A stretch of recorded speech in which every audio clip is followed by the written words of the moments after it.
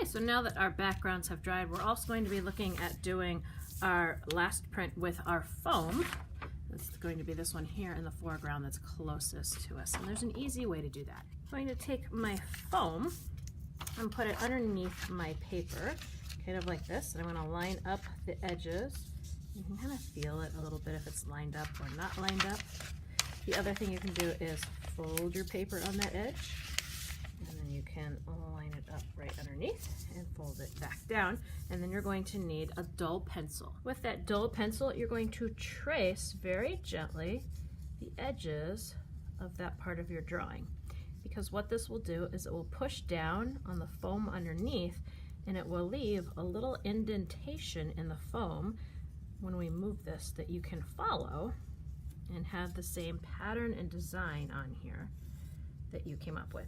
You don't want to push so hard that it starts ripping your paper, but you do want to push hard enough that it puts a good dent in the paper so that you know where all of these individual little pieces go. You can always just do the basic outline and then move this out of your way and work on it. And you can see when I move it closer, it left some little indents in there. And then you can go back in with the pencil,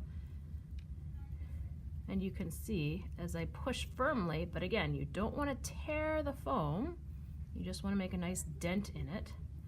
I can add in all of the finer designs. My first wave, my second wave,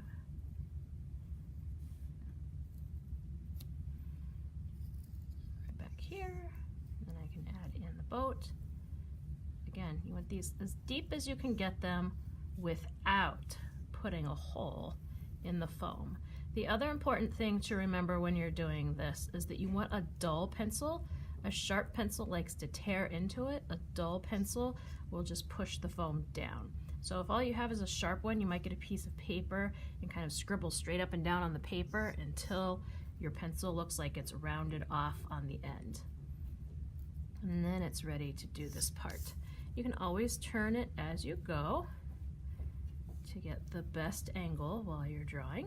There's no rule that says your paper has to stay one direction when you draw.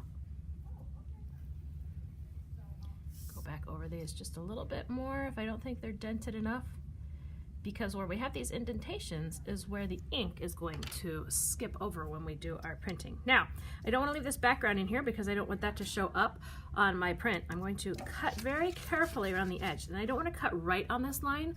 I want to cut just outside that line. And remember, your scissors always stay still. All they do is open and close. You turn your foam sheet or your paper as you go around those curves. Get those nice smooth edges. So you squeeze the scissors shut a little bit and turn the paper so that you can have a nice cut. If you try and do your hand around it all the time, your hand's gonna get tired and your cuts aren't as pretty. There we go. So that's the only part that I need. Now, when I'm doing the inking of this, I'm going to be using my Speedball ink, and I have a little palette knife that I'll use because our ink is pretty thick in there. It's tough, it's not super goopy. And I'm going to scoop up just a little bit on that palette knife. You don't need very much at all for this. In fact, the less that you have, the better. And I spread it out just a little to get it started on here. And if there's a lot extra, I can scoop it back up on here and wipe it into there. Now, this is my brayer. It rolls. And what I want to do is I want to cover that whole brayer head with the ink. So the way I do that is I keep rolling it through the ink. I don't just go back and forth. That might not cover the whole brayer. I actually go in a circle. I lift it up and I keep going in a circle every time. Now, you'll know when this is ready because it starts making a sticky noise. I don't quite have my sticky noise yet, so I'm gonna keep spreading it out. The other thing you'll notice when it's getting ready is it gets bumpy. See how it's not smooth anymore? It's looking a little bit textured on there. That's the other time you know it's ready. It's nice and spread out and even on my brayer. I don't have any missing spots. So then I'm going to take my foam plate and I'm going to roll it horizontally. And see how there's a few spaces missing? I might go back and pick up a little bit more of my ink on here. And I've rolled this way. Now I'm going to roll vertically on here to get the other spots covered in. Now I don't want it to go down in the cracks. The whole point of those cracks is for my picture to show up when I print. Then I'll take my new printing sheet, turn this upside down. I'm going to frame it on the bottom so that I have equal edges around here. And then I'm just going to carefully, gently push down. I'm not pushing really hard so that it slips. You don't want that to happen. I just want to transfer that ink. So if I go straight up and down with my palm and push down, I know I'm transferring all of that ink over. The other way you'll know is if you pick it up, it doesn't fall off. It'll stick to it.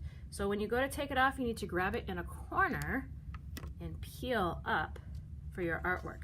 Then you're going to let this dry, and once it dries, you can go through and you can cut along the edges of here. And we're going to use it in our final masterpiece of our picture that we're working on for our layered print.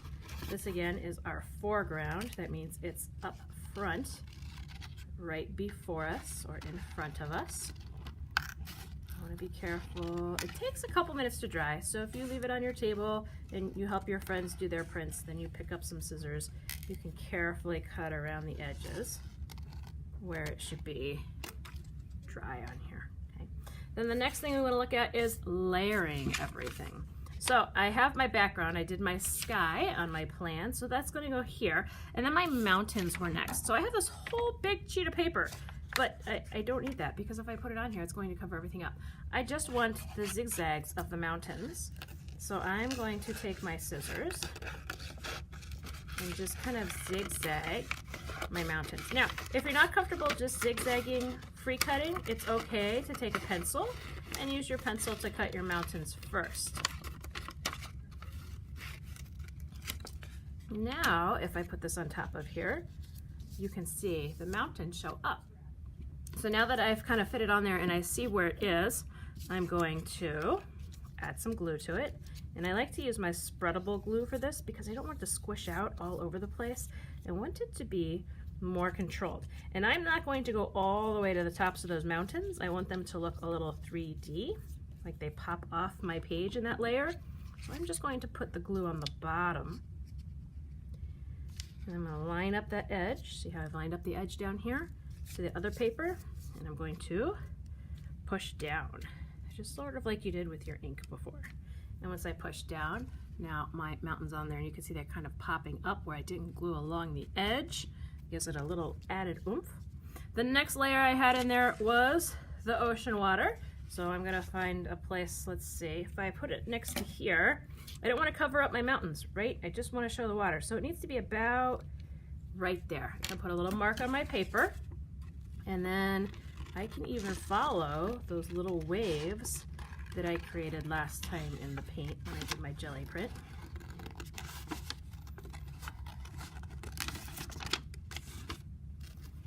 Kind of like this.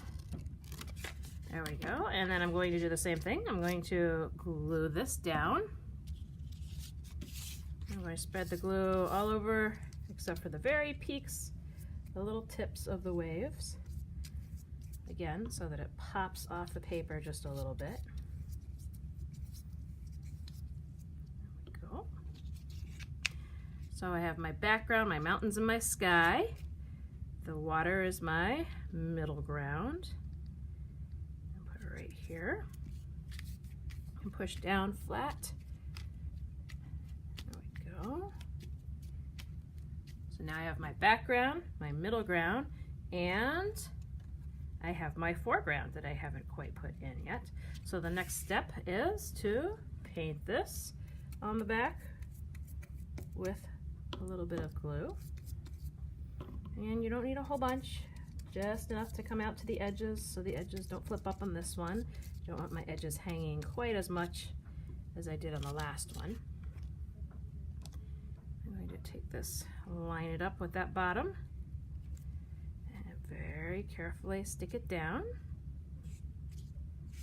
And we're not sure if this is completely dry yet. Remember, we just inked this one. So I'm going to put an extra sheet over the top to gently push down. And that way, if there's any ink on it, see there's a little bit on there, then it didn't get on my hand.